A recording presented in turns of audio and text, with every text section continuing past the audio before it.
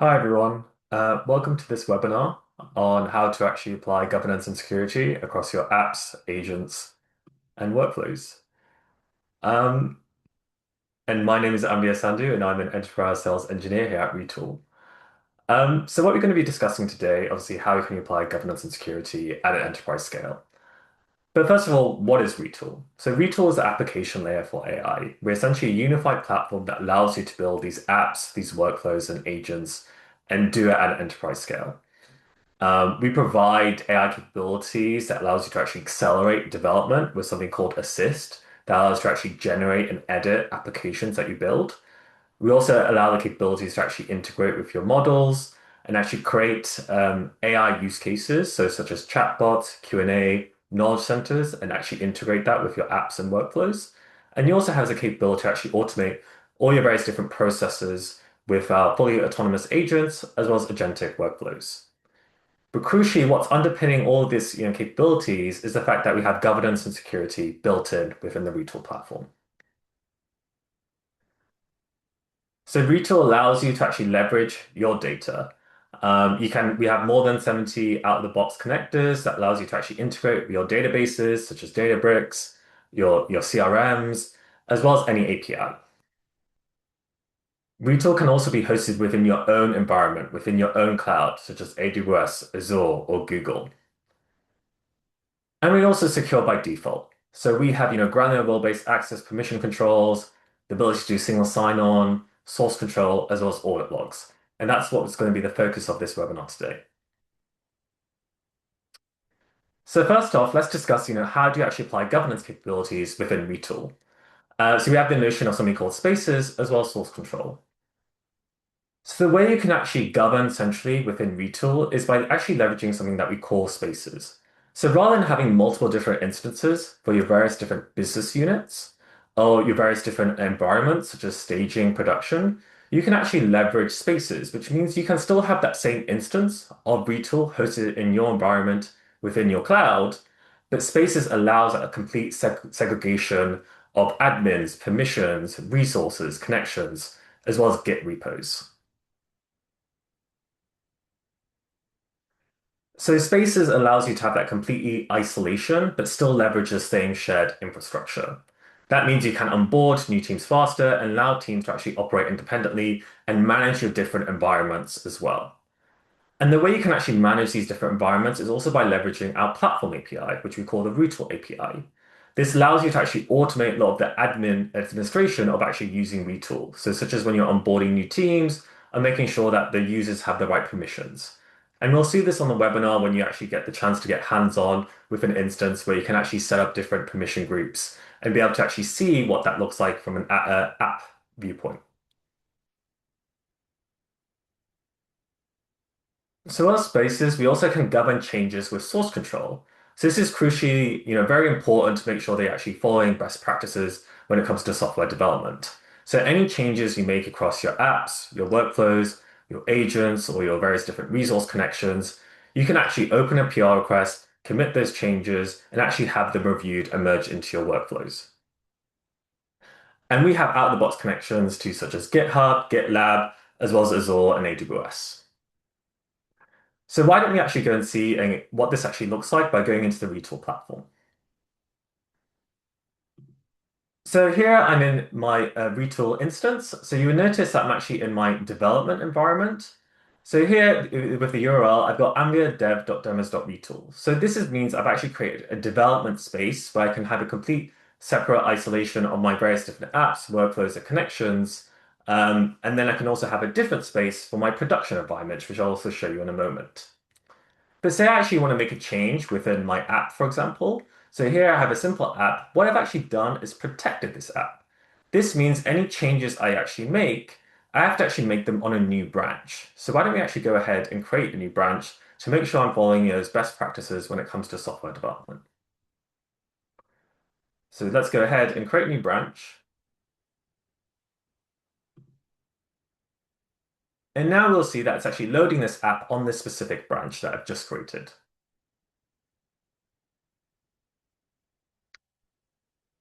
And to anyone who, may be unfamiliar with Retool, I'm now in this sort of development environment. So this is where I can actually see the visual editor, where I can drag and drop various different components onto the screen. But I also can leverage Assist as well. So if I want Assist to actually help me generate some new capabilities and also make changes, I can do that as well. But crucially, if I did want to make a change, for example, if I did want to drag, new capabilities onto this canvas, I can do that easily. So for example, if I wanted to drag a button onto this screen,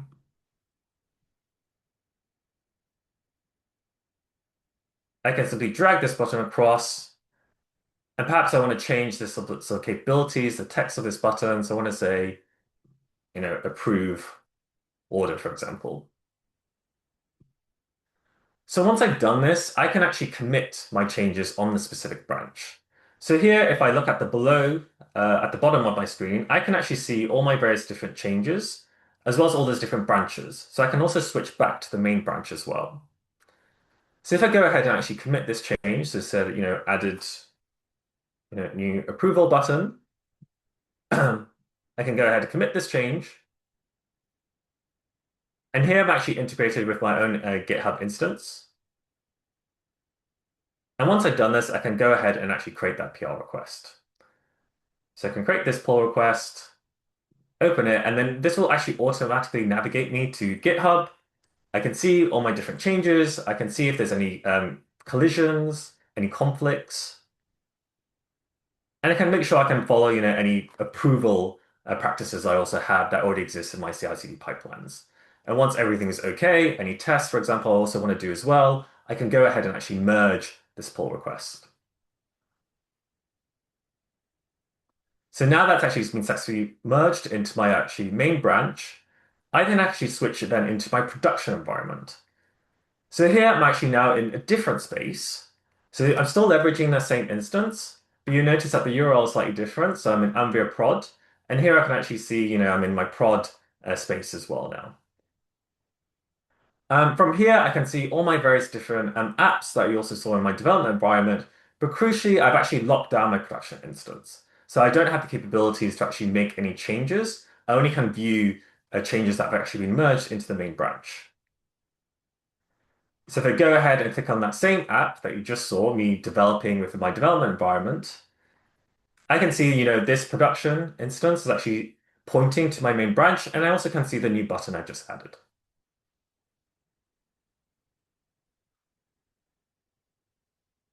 So crucially, what are we seeing is that you can leverage spaces to have that complete separation and isolation, but still leveraging the same instance. But you also can leverage source control to make sure you're actually following best practices when it comes to software development. Okay, so we looked at how you can apply governance. And one of the things to actually really, note here is that the idea of actually be able to make changes on different branches, you can not only just do on an app level, but you also can do at a workflow level as well. So you're able to actually make changes. So workflows allows you to actually do back-end automation, and you can also create agentic workflows. But any changes you actually make on a workflow, you can also do it on a branch. Again, you can protect these workflows and make sure that multiple people can actually collaborate, and any changes you make, you do it at a branch level. And this can also be applied at agents. So Retool also allows you the capability to create fully autonomous agents, but any agents can also be classed as protected, and you can make sure that any changes you make also happen on a specific branch.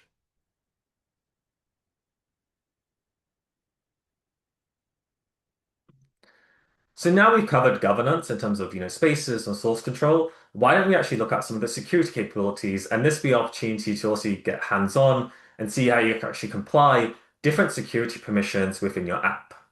And specifically, what we're going to cover is single sign-on as well as role-based access control.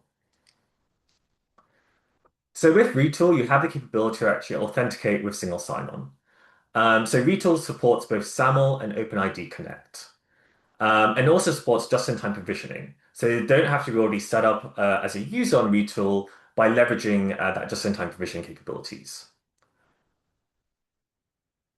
What's also crucial is the benefit of being able to actually integrate with your IDP and your single sign provider. It allows you to actually map the different permission groups that already exist within your single sign provider to Retool. So you can actually pass in and inherit all the various different users and the very permissions that already exist within your IDP. So why don't we go ahead and see what this actually looks like? Um, so if I actually go into my single sign-on provider, I basically set up, I'm leveraging Auth0 here. Here I've already created, an application with an Auth0. Here I can see all my various different settings. So I can see, the client ID, the client secret. So these is crucial information I'm going to need to actually set up my single sign-on within Retool, as well as a callback URL, etc.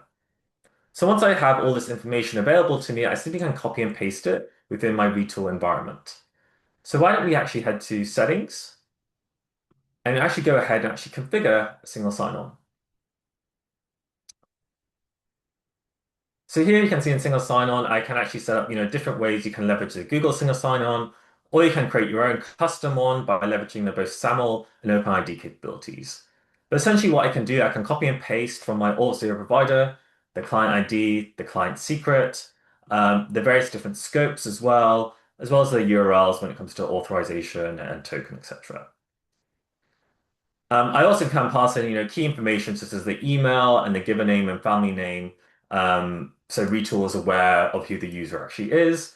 But you also can map those various different permission groups. So as I mentioned, permission groups that already exist within Auth0, for example, I also can map them to permission groups that I have available already within Retool.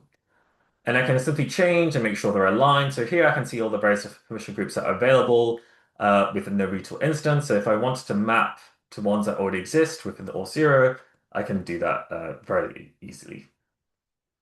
So for example, we have publicity. I can also make sure it's mapped correctly as well. And again, you can actually enable just-in-time user provisioning too. So once I've done this, what I can actually do within the Retool environment is create multiple different permission groups as well. So you can obviously map pre-existing ones that already exist within Retool. But the benefit of actually using Retool and actually integrating with your single sign-on provider is that you can create these very granular level permissions. And you can do this both at an instant level as well as an app level. So at instance level, once you've actually created these permission groups, which I said, as I just mentioned, you can map to permission groups that exist within your IDP, you can also control exactly what the permission groups have access to in terms of our app, workflow, agent, as well as a backend resource connection. And there's some default permission groups that already exist within Retool, such as use, edit, or own. So use, the user has the ability to actually use an app. So you think from a read-only perspective.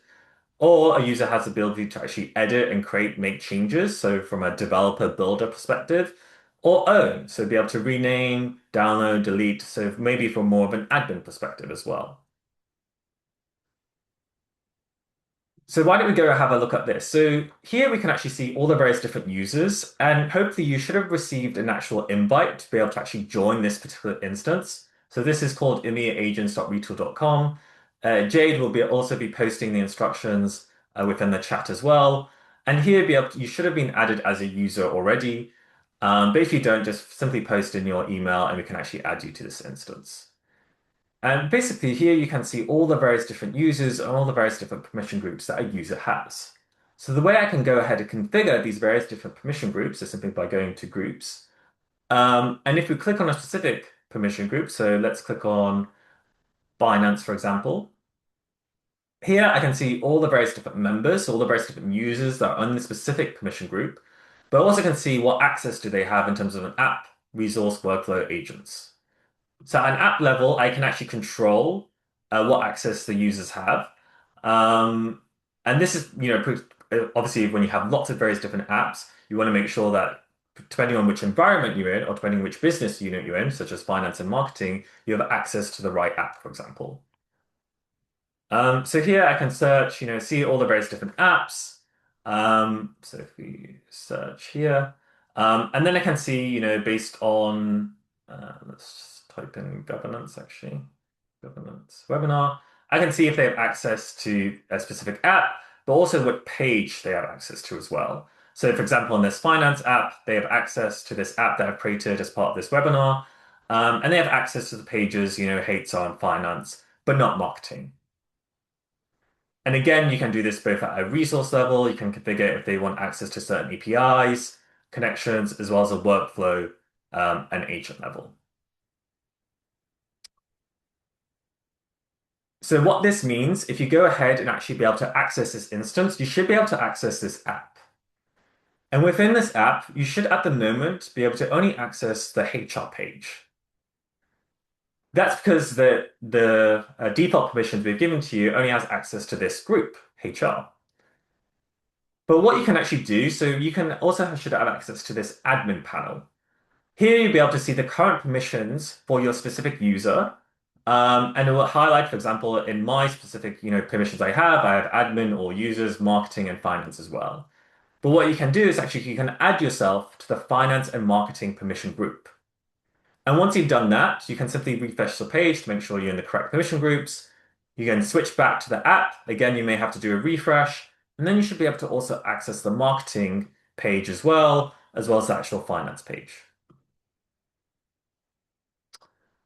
So I'll just give you a few moments just to make sure you actually have access to the instance so you can actually try this and be able to actually update your permission groups. But what's crucial to notice here is that we're actually using the Retool Platform API under the hood to actually update the permission groups. So hopefully within the instructions, you'll be able to see you have access, to this instance and also accessing the app. But you'll also be able to see that we actually provided documentation into the Retool Platform API. So this is the API I was mentioning earlier that allows you to actually automate a lot of that, management and administration, particularly when you're setting up new users or you want to bring in additional metadata. So this is a simple platform REST API that you actually can incorporate into existing pipelines. And it's also worth noting you can manage the different resources as well as the different environments as well.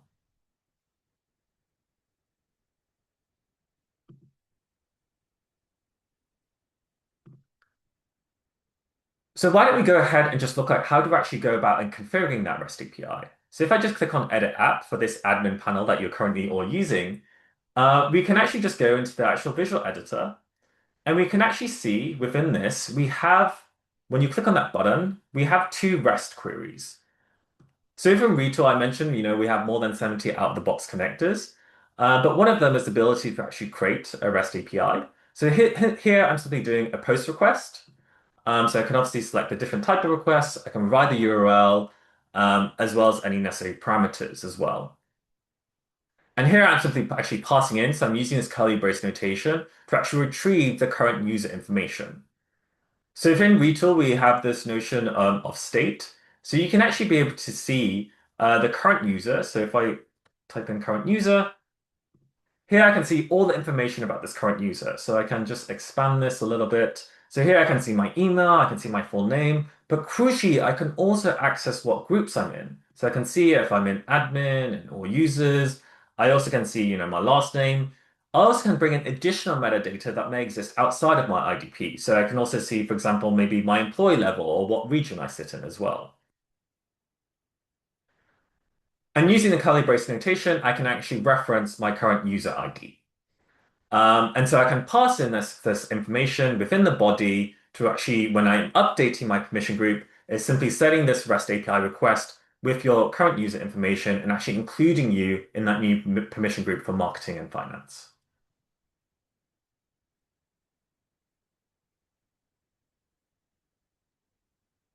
So I'm just going to pause there. Is there any questions that may be worth highlighting? I just want to make sure that everyone has a chance to be able to actually use this admin panel, make sure they're able to see additional pages in the application as well.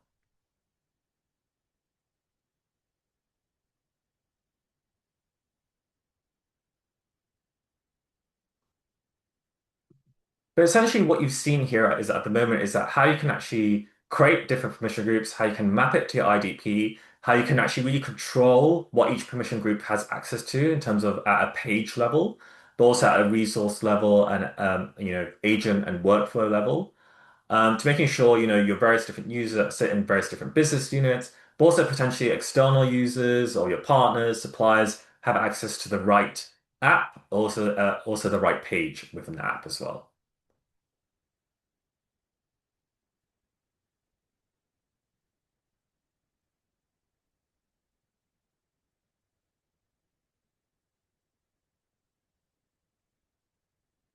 What's also worth mentioning, as well as at instant level permissions, we also can configure app level permissions. So you just saw how I was just leveraging the current user object when I was passing that information in that REST API.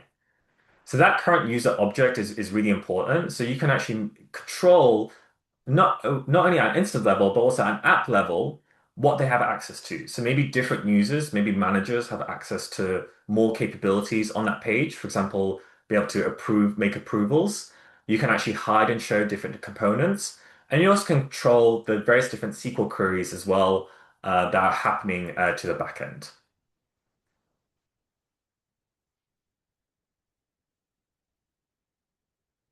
So if, for example, I went back into my HuluNet app that you saw earlier, I mentioned that you can access the current state. So I can see, for example, the current user object. I can see what permissions I have, the email, the identifier, etc. But say I wanted to write a SQL query that actually wanted to control and filter out the data. So I only see, for example, assets that are actually owned by myself, for example. And that's entirely possible. So what I can actually do, I can go into again, the visual editor view. I can see this code view. So let's go ahead and create, for example, a new backend resource query. And this is where I can see all those out-of-the-box connectors I have. So I mentioned, we have the REST API. So REST API can pass in, the URL, the parameters. So very similar to what you just saw. It's also crucial mentioning the authentication capabilities. So you can see I have basic auth, I have like the bearer token. Again, this is really important. So when you actually integrate with your single sign-on provider and your IDP, you can actually pass in the ID token from the user as well. So here, if I click on the bearer token, and I can actually pass in the bearer token, so this could be the ID and access token. So for example, if I just went quickly back into my single sign-on provider settings, and if I actually save these changes, I can actually then test the connection. And here I actually be able to see all the information that's actually being passed through. So I can see, for example, my ID token. So when I'm making then my, REST API connections and setting that up, I can actually pass in the ID token of the user. So myself, for example. So again, this is really important when it comes to security that you can pass in the various different permissions that a user already has from your IDP, your single sign provider, when you're making connections to your database, such as Databricks, for example. So this is just showing you how you can go about configure a REST API, how you can pass in the necessary permissions, as well as the various different tokens and ID access tokens as well. But say I want to, I want to actually leverage my RetailDB. So this is just a very lightweight PostgreSQL database. Essentially here I can actually, use, basic SQL. So I can select star from, asset management library. I can see, all the data that comes back. I can also see the owner of that data. But what I also could do is actually filter out this data at a SQL level. So perhaps I want to say, where the owner is equal to this specific user. So I'm going to use this curly brace notation to access my current user information. So I'm going to do current user dot full name. So if I save and run this now, you notice I retrieve pure results, but I'm actually filtering out the data. So I'm based on the current user. So I'm accessing, dynamically the current user object. If I hover this over, I can see my full name, the first name, the email, my ID, etc. I'm actually filtering out this information. So I'm only seeing assets actually owned by myself. So again, this is how you can do app level permissions. So also doing instant level permissions, you control, which apps they have access to and what pages. Within the app itself, you also can control, at a backend level, what data they also has access to.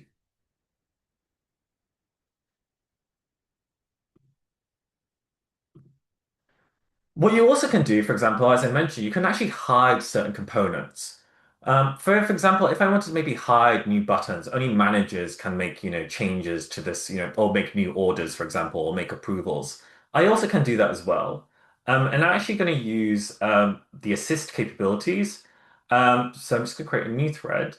And I'm going to actually say, can you only so Assist is our, our assistant to actually help you generate applications such as this app you're seeing as well, but also make changes, edit, also to debug, also understand how this app is working. Basically, I would say only show the new order button. And the way I can actually reference different components on the screen is by using this app notation. It also allows me to reference actually any integrations and resources I already have pre-configured and built. So I'm just going to say new order, and I can see that's already come up. So we want the new um, order button. Uh, oh, no, let's just check what's the name of that. Oh, it's called button one. You can also rename these buttons as well. So I'm just going to say this component. So this is, if I hover this, I can actually see it's called button one rather than new order. But I'm going to make sure only show this new button to users in the manager permissions group. So this is, based on, using natural language, the prompt I provided. So it's actually going to decide, how to actually, make the changes on the specific app that only shows this button to that specific permission group. Um, so again, you can see the changes that are actually happening live. And within a few seconds, actually, it's already configured those changes. And now I can actually see, because I'm not in the manager permission groups currently, that this new button is now actually hidden. And obviously, you can always revert these changes as well, so you can go back if the system is doing something that you didn't want it to do. But what I can do here, if I just hover over this and just open the inspector, what Assist has actually done is actually created some logic here. It's actually, so rather than going in, perhaps I'm a new user, I'm unfamiliar with the platform, how to use this, and I want to use natural language. And it's actually added this capability, it's actually hidden this component, so this button component, based on which user group I'm in. And because I'm not in that specific user group, if I click something out of this, I see that button is actually hidden. So again, that's how you can leverage Assist to actually help to actually secure an app and only hide and show certain components based on which permission group you're in, for example.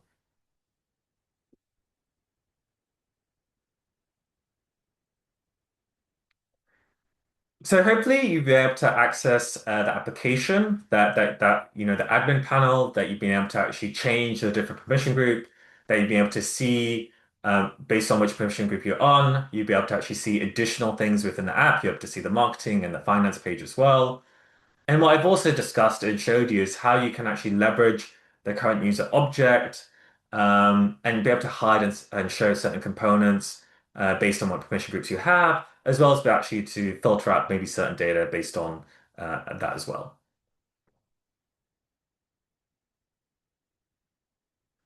So the final piece that I want to really discuss in this webinar is our monitoring capabilities. So we've discussed a lot about governance and security, how you can apply that within the Retool platform, but monitoring is also important, particularly when it comes to audit logging.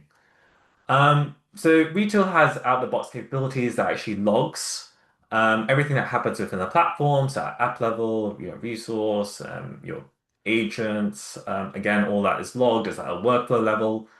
Those logs can be streamed to your, using our native integration to Datadog or Sentry. We also support OpenTelemetry. But when it comes to audit logs, you can also see everything that's happening within the platform. So if I go into settings, here I'll be able to see all audit logs of everything that's actually happened within the platform. So here, if I zoom in, you can actually filter on specific apps. You can see any sort of backend queries that have been made, filter on specific resource integrations I already have built, as well as selecting specific users. So you can see, that query that I just made a few minutes ago. You can see that if I ran the specific query in the specific app, and if I expand this out, you'll be able to see, more depth information based on the current user ID, as well as any associated metadata. So again, this is really important to making sure you're tracking all those changes. But as I mentioned, everything that's happening within the app, your agents and workflows, we have logs that can be streamed to your various different observability tools as well. And just to show you that, very quickly, if I go back into my app, um,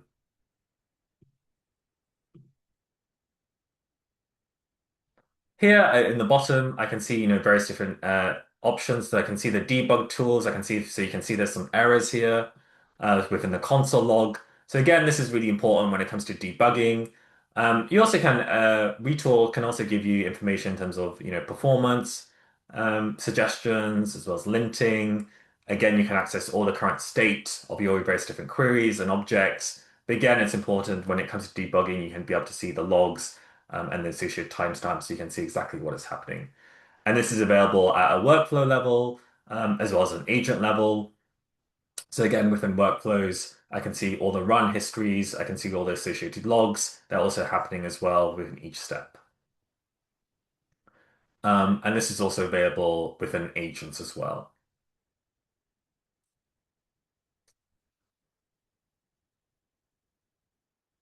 What I then also then want to discuss is some of the capabilities and monitoring capabilities that it comes to actually specifically agents.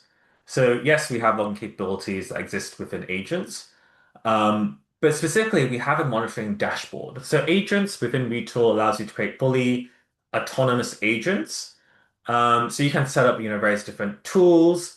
You can leverage like the same integrations that already have pre-built and pre-configured. Um, but what this actually shows, and we also support things like you can MCP protocols. But what this monitoring dashboard actually shows is all your various different agents that I have running in the platform. I can see this nice agent graph. So if I see agents calling other agents, that's also possible. I'd be able to see as well, within a specific time frame, how many successful runs that happened, how many errors that have happened. But also crucially, you can also have see sort of high-level cost monitoring. So if I click on a specific maybe expense agent I have, here I can see, within the agent graph, the various different tools it's calling out to. So if I can hover over a specific tool, um, and be able to see the associated activity. But crucially, I can also see, high-level token usage, as well as the high-level cost monitoring. So this is based on, the prices of the public prices of the tokens, as well as how long the agent has been running. And I also see, which tools. So tools. So these are the backend resource connections that are available to the agent to actually leverage and use, such as getting expense policy. I can see how many runs it has and which tools are being used the most. So again, this is particularly important when it comes to perhaps you need to scale specific resources based on the agent usage. So this is again, I think this monitoring dashboard, is something that's available with our agents offering, and it's really helpful when it comes to troubleshooting and diagnosing. As I mentioned, we have logs that come with all our various different offerings that you can stream to your observability tools. So I'm just gonna pause there. This concludes most of the session. Hopefully you had a chance to actually get hands-on. We'll now go into a Q&A portion. So a chance to obviously ask any questions that you can just simply post in the chat. But we also have a little poll just to get some feedback in terms of how you found this webinar.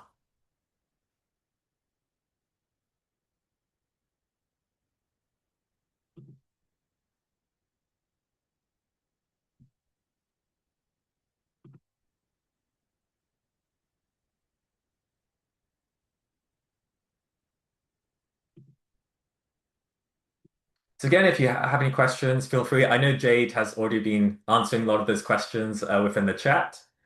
Yes, the recording will be shared with you. There'll be a link that will be sent to you after this webinar.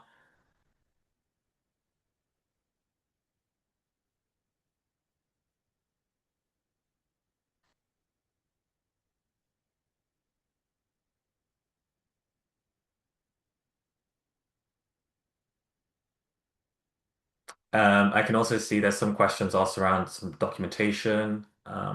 We can also provide documentation, particularly when it comes to branches and source control. I see Jade has provided that as well.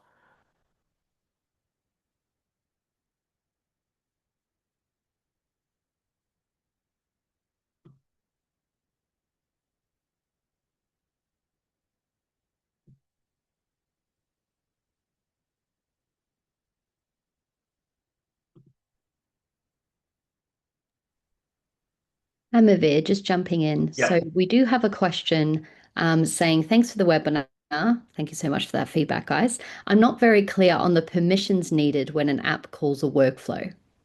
Does the user need any explicit permissions, for example, use on the workflow itself and the resource the workflow uses, or just app level permissions? Oh, yeah, that's a great question.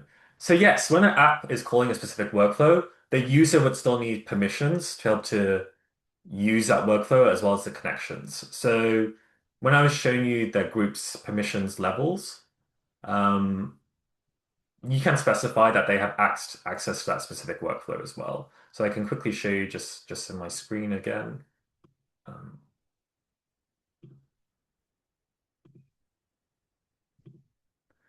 Um, you want to make sure that the user has access to that specific workflow so they can use that workflow. So you'll be able to tick that workflow, um, and also any underlying connections and resources connections that that workflow may be using. So if that workflow is using that my Microsoft Teams connection and Slack, I want to make sure that you also be able to use that workflow, use that connection as well. So yeah, that's a great question. So you want to make sure that the users have access to the workflow, even if they're calling it from an app.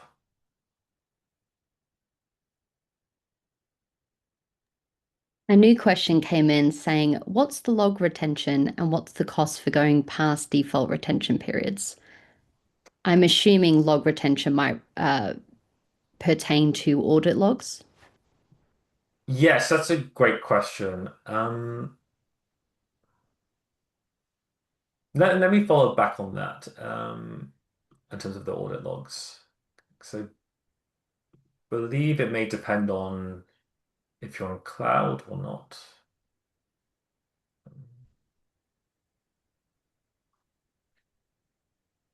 But yeah, we'll definitely follow back on that question in terms of the retention period for the audit logs. Perfect.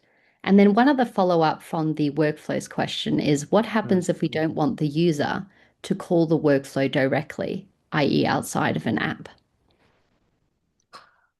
So yes, that's absolutely possible. So within workflows, you can call it as an API webhook. Also, you can run it as a cron schedule job. So you don't have to call it within an app. Workflows has the capability so that you have the capability to actually trigger the workflow as an API, as a webhook, or you can do it as a schedule. So again, I can quickly show you that as well. So yep, you can run it as a schedule, so simple API webhook um, as well. That you can here's the API key. So you have two options. So yeah, workflows don't have to be called from an app. You can call it from an API webhook.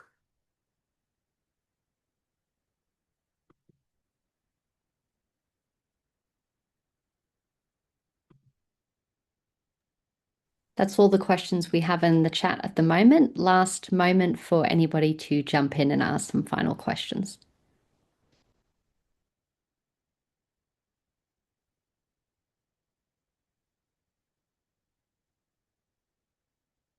Perfect. And Mavir, I'll let you wrap it up. Yeah, great. Thanks everyone. Yeah, we appreciate obviously any feedback you give. The recording will be shared as well. And yeah, I appreciate everyone's time today.